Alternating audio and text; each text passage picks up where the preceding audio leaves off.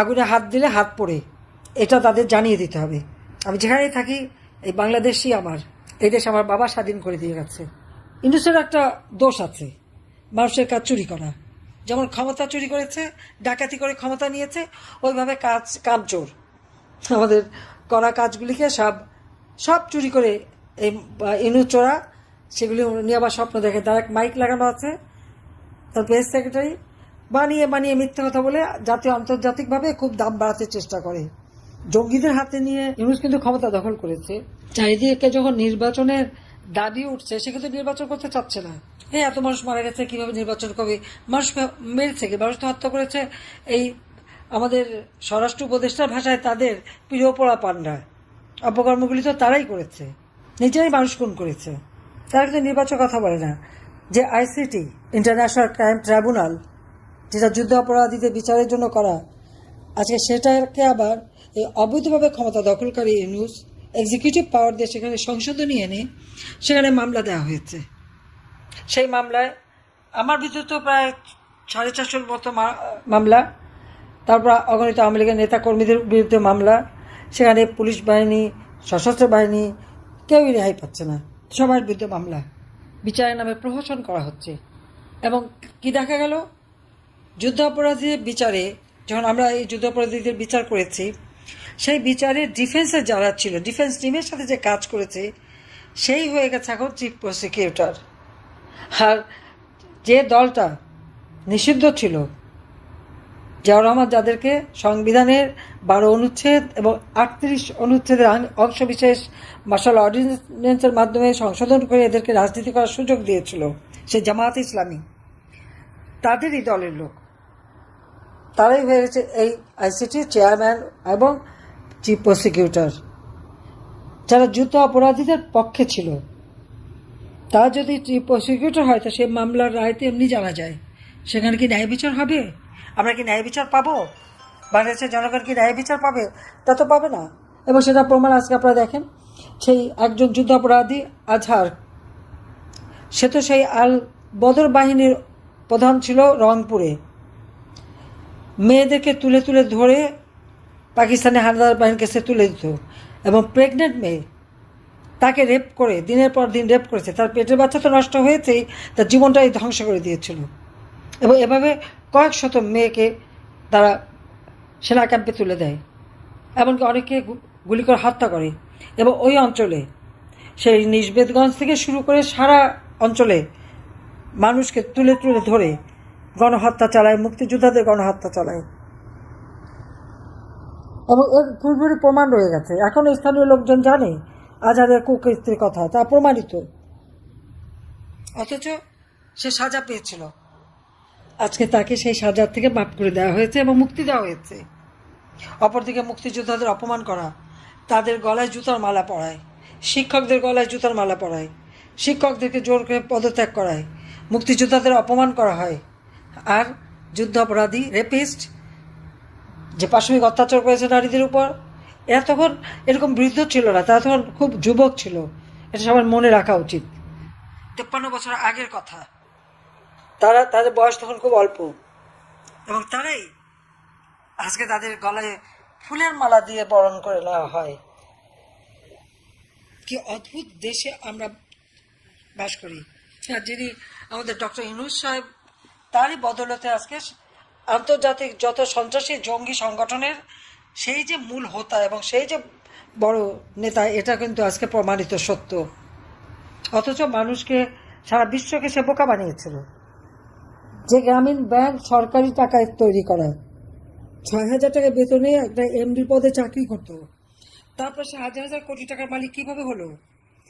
এটা আমি শুনেছি। এটা তো সকলে পারলে তদন্ত করে দেখেন, দেশে বিদেশে যারা আছে। একমাত্র আমেরিকা, সেই ল্যাটিন আমেরিকা থেকে শুরু করে আমেরিকার বিভিন্ন জায়গায় তার যে গ্রামীণ আমেরিকান ব্যাংক এবং বিভিন্ন তার ব্যবসা প্রতিষ্ঠান, সেখান থেকে 17 বিলিয়ন মার্কিন ডলার তার বিনিয়োগ। এত টাকার মালিক সে। ফ্রান্সে শোনা যায় 2 বিলিয়ন ডলারের তার ব্যবসা, এবং সেখানে 2 না 3টে ব্যাংকের সাথে তার শেয়ার আছে। খুব মহামূল্যবান ফ্ল্যাট কেনা আছে নাকি প্যারিসে। আর বাংলাদেশে তো তার সম্পদের অভাব নাই। তিনটা ব্যাংকেরই রিপোর্টে ছিল 118 কোটি টাকার মালিক। তাছাড়া আরও বিভিন্ন জায়গায় যেমন 70 কোটি, কোথাও 46 কোটি, কোথাও 66, নানাভাবে তার টাকা, অজস্র টাকার মালিক সে। পূর্বাচলে 10 কাঠা জমি নিয়েছিলাম আমরা, তার জন্য সেটাকে বিরাট অপরাধ হয়ে গেছে। তার জন্য একেবারে রেড অ্যালার্ট দেওয়া হয়। আমাদের ছেলে মেয়ে কেউ বাদ যায় না, জয়, পুতুল, ববি, টুলি, প্রমতি, কেউ না, রেহানা, সবার বিরুদ্ধে মামলা। অপরাধ কি 10 কাঠা জমি? কেন আমরা কি অপরাধ করছি? আমাদের কি 10 কাঠা জমি পাবারও অধিকার নাই? আমাদের সব সম্পদ দিয়ে দিচ্ছে জনগণকে, আমাদের ছেলেমেয়ের কি কোনো অধিকার নাই? আর ইউনুসের তাহলে কি আছে শোনেন আপনারা। এই পূর্বাচলে তার 4000 কাঠা, 4800 কাঠা জমি, 4800 কাঠা জমি, সেখানে সে রিসোর্ট করেছে নৈসর্গ নামে। তো পূর্বাচলে এত জমি সে কীভাবে নিল? কোন আইনের বলে, কোন পরিকল্পনা বলে সে নিয়েছে? তার জবাব দিতে হবে না? তার বিচার হবে না? তার হিসাব হবে না? উত্তরায় 5 একরের উপরে জমি। কক্সবাজারেও কিন্তু নৈসর্গ রিসোর্ট আছে। সমগ্র বাংলাদেশে 6000 কোটি টাকার খালি জমি কিনে রেখেছে, মানুষকে নাকি সেবা দেবে। আজকে একটা সেবাও কি মানুষ পেয়েছে সেখান থেকে? চট্টগ্রামে 83 কাঠা জমি নিয়েছিল, 83 না 87 কাঠা জমি। কি আনন্দ স্কুল করবে, সে স্কুলের চেহারা কেউ দেখেনি। আর ক্ষমতা আসার সাথে সাথে ব্যবসা বাণিজ্য 2 হাতে লুটে নিয়েছে। যেমন তার সমন্বয়ক উপদেষ্টা 2 হাতে টাকা বানাচ্ছে, শেয়ার মার্কেটে 90,000 কোটি টাকা লুট করে নিয়েছে, আর সেখানে তারা এখন 100 কোটি টাকার মালিক হয়ে গেছে। তার কি ক্রিপ্টোকারেন্সি দিয়ে টাকা বানাচ্ছে বিদেশে, আর এদিকে 2 হাতে সব এদিকে লুটে খাচ্ছে। এটাগুলি কোনো অপরাধ না। সব অপরাধ আওয়ামী লীগের, সব অপরাধ আমরা করেছি, সব অপরাধ মুক্তিযোদ্ধাদের। কারণ দেশটা কেন স্বাধীন করলো? আরে বাবা, স্বাধীনতা যদি নাই করা হতো তো ইউনূস কি আর এই মসনদে বসতে পারতো? মসনদে বসে বড় বড় কথা বলতে পারতো? সে জাপানে গেছে, কোন মুখে যায়? হলি আর্টিজানে যারা জাপানিজদের হত্যা করেছে তাদেরকে তো ইংলিশ মুক্তি দিয়ে দিয়েছে। যত জঙ্গি সন্ত্রাসী জেলখানা খালি ভরে ফেলেছে আওয়ামী লীগের নেতা কর্মীদের দিয়ে। আবার মাতার বাড়ি, এ পরিকল্পনা তো আমার। এবং জাপান সরকার, জাপানের প্রাইম মিনিস্টার বাংলাদেশে এসেছিলেন, আমি তার দাওয়াতে জাপানে গিয়েছিলাম। $6 বিলিয়ন আমাদের একটা এমইউ সই হয়, যেটা লাইন অফ ক্রেডিট তিনি বাংলাদেশে বিনিয়োগ করবেন। সেই লাইন অফ ক্রেডিটে $6 বিলিয়ন আমাদের সাথে চুক্তি। এবং সেই জন্য মাতার বাড়িতে বিদ্যুৎ কেন্দ্র করে দিয়েছেন। সেখানে ডিপসি পোর্ট নির্মাণ হচ্ছে, কিছুটা চালু হয়ে গেছে, আরও এটা উন্নত মানের হচ্ছে। সেখানে একটা ইকোনমিক জোন হবে। এবং জাপানকে আমরা ঢাকা 2500-এ সেখানে আমরা জায়গা দিয়েছি, সেখানে জাপানি বিনিয়োগ হয়েছে।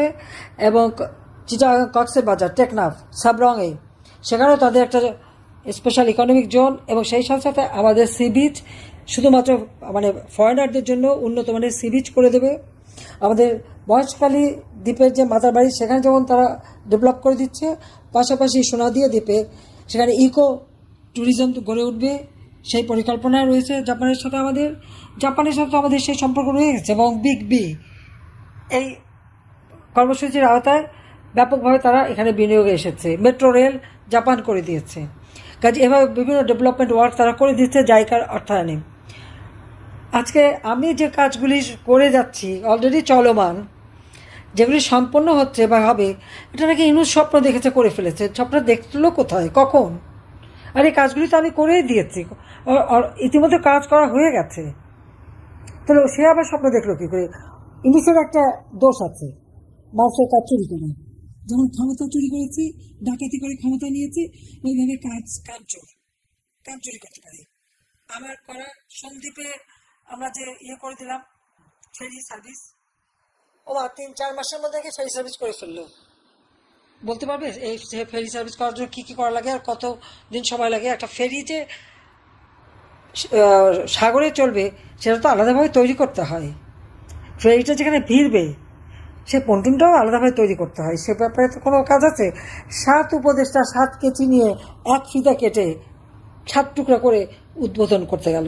ঠিক এইভাবে যমুনা নদীর উপরে রেল সেতু, এটাও তো আমার করা।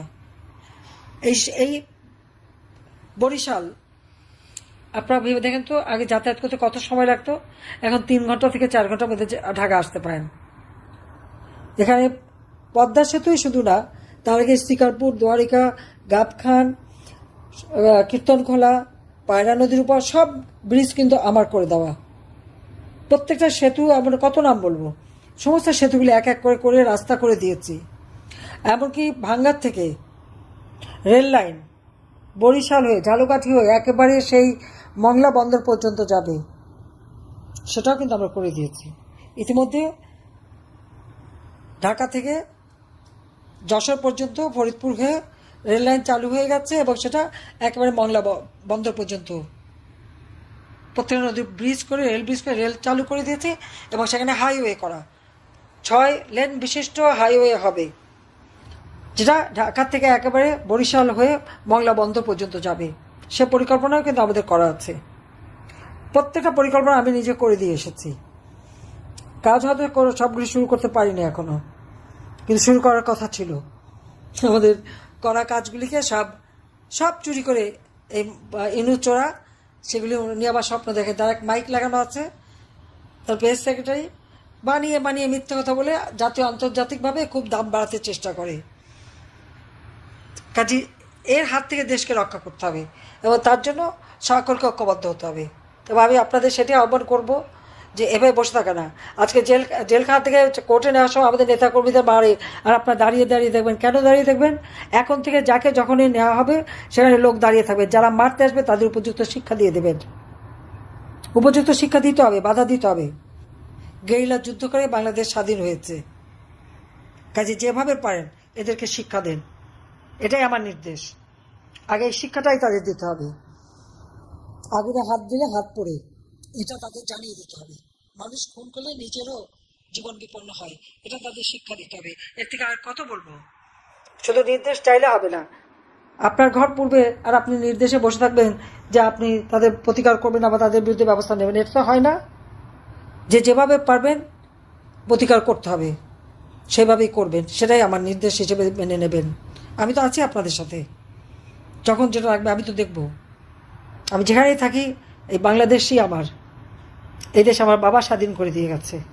লাখো শহীদের রক্তের বিনিময়ে স্বাধীনতা পেয়েছি। কাজে এটাকে নিয়ে হেলাখেলা আমরা করতে দিতে পারি না। এই দেশকে এই খুনি ইউনূসের হাত থেকে, জঙ্গিদের হাত থেকে উদ্ধার করতে হবে এবং ইনশাল্লাহ আমরা তা করতে পারবো, এ বিশ্বাস আমার আছে। সেই জন্য তো আল্লাহ বাঁচিয়ে রেখেছে। আল্লাহ এক একবার এক একটা ঘটনা থেকে বাঁচায়।